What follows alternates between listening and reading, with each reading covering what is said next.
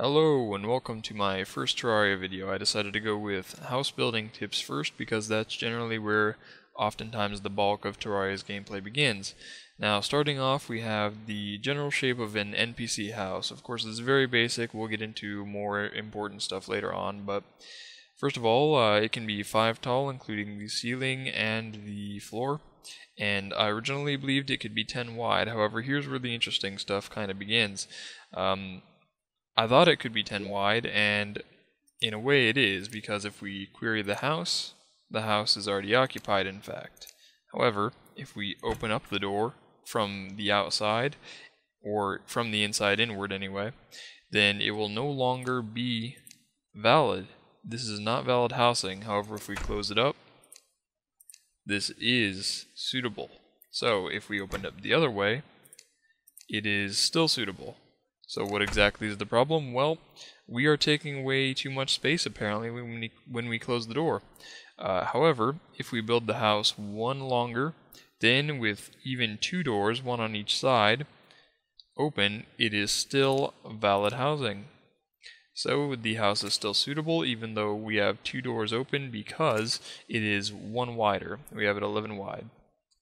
So moving on to a bit more interesting stuff, we have basically the general outline of the side of a house. So imagine this is the outside of a house here. Now this is a bit of an obvious thing down here. We have a lava trap, and the idea is that if you build it long enough, I'd say about 10 wide, just counting the inside spaces, and then you drop 1 bucket of lava in, it'll be just the right depth that items won't melt, and you'll get plenty of space for mobs to fall in and die, and then you can dig a sort of area underneath to collect their drops. Now that's something a lot of people know, so it's not something too big to be worried about, but this is interesting. Something that I thought a lot of people would get, but after watching lots of videos on Let's Plays and stuff, a lot of people seem to not understand that if you want to prevent your house being entered by doors getting broken down, all you have to do is simply move the door out of the way, because mobs can only break down doors whenever they're on ground level or nearby, so that they can actually punch the door in and break it off or open it. And this applies to zombies and various goblins and stuff. As long as you build your door higher, then they can actually fondle it up. They won't be able to break it or open it. So you don't even need the lava pit if you don't want to kill things. If you only want to defend your place from invasions, all you need to do is just build your door up high and then get a good jump, and as you jump, open the door. And then you can just step through. And later on, what I like to do is place a sort of just a platform right above the door once I get enough height that I can actually fly up to the top of the door, which obviously later on you get plenty of boosting stuff. As soon as you get a grappling hook you can do this. And then once you're up here you can just open the door, drop down, enter and close. And once you're ready to leave you can just open the door, step onto your platform and close it really easy and step off. Very secure, very easy to enter and exit. However, later on when you get into hard mode, that won't really be enough of a perfect defense, because clowns will throw bombs and try to blow your crap up. So what you can do to defend against that is just use dungeon bricks, because as far as I know they're the only explosive dampening blocks available for us to build with. So you build your I would start with a lead up, kind of like this, because the problem is that they're going to be blasting holes anywhere, even nowhere near you. It's amazing how far away clowns will start throwing bombs, so I like to build a nice lead up to my sort of fortressy, basey house type thing out of dungeon bricks so that they don't blast massive craters into the ground. And you can build this 3 thick if you don't want the blast radius of the bombs to go through your block and into the ground and cause craters anyway, because that can let the awesome, which is what I call the hallow, or the corruption, which I call the bullshit, they'll just spread right underneath your place here. So if you want, just thicken it up to about 3, and then you won't have that problem. Same thing with the inside here. You see I have 3 blocks of dungeon bricks here. That's because you want to sort of have enough dampening so that the bombs, which have a 3 wide radius won't blow up anything important. If all you have is chests here, then those will prevent any damage, because chests can't be exploded unlike Minecraft. So you won't have any problems there if you have chests nearby, but otherwise you want a nice thick wall to protect anything you may have on the other side, just to make sure you don't build anything important there, or so that you won't have any problems with walls blowing up, because as you can see here, I've left the walls off. That's because the bombs can actually blow up walls, any type of wall, even dungeon brick walls. They can just blast them off. And in fact, I have some active, or right now inactive, stone blocks here, which I use as a bridge.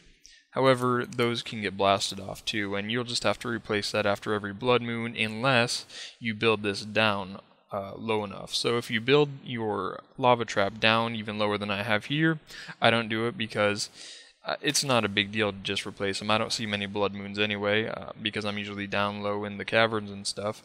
But if you have that problem, just build your lava trap down lower, and then that won't be an issue anymore. And then I like to have a sort of pressure plate followed by active stone block, sort of, airlock, so that we can close the door here, go in, and then you won't have anything coming in, because this area here is set up so that any flying mob will fly up in here and get stuck. Now that won't really help much with hard mode mobs.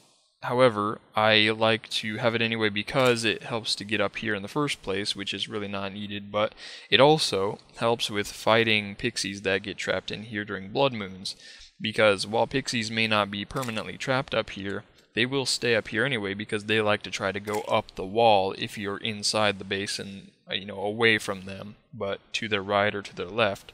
They'll still travel right up your building and then just hang around up top. So if you have an area like this, you can just have this airlocked section here, and you just walk in, everything's closed up, nothing can get into your NPCs, and you can walk in here, kill them, and then step out. Alternatively, you can use a Vilethorn, but that takes too long, so I only use that for things like goblin invasions and stuff. I always keep one handy for that. Also up top, I like to keep a nice escape hatch here in case there's something up top that I need to get to. Maybe you want to build a farm higher. Just keep in mind that also you don't want to build your NPC house kind of like this too high, because otherwise, even if you build it on a house, especially on the smaller map, or I mean on a hill, on a smaller map, you'll probably just attract unwanted attention from wyverns or maybe even harpies. But in hard mode, wyverns are definitely a thing to watch out for, because they'll plow right through your buildings, take out your NPCs, and that'll be the end of that house. So I believe that's probably about it. Also, these traps here, they are great. I would set one up early on because they'll help reduce mob spawns for the demonized. They'll just catch them, and that'll reduce the amount of mobs that can be spawned at once. Same thing with NPCs, they reduce the amount of enemies that can be spawned at once. So rather than building a town, I like to build these complexes to keep them all in one place to reduce the amount of spawns that can happen at one time. So that was a rather quick all that. So if you have any questions, put them in the comments. I'll answer them, because I know I may have talked a bit fast, and maybe there's things that I didn't cover in this video involving houses, most likely. This is certainly a no-frills house. You can see that it's very functional and not particularly aesthetic. I think it's got kind of a rocket appearance. But that should be about it, and I will see you next time.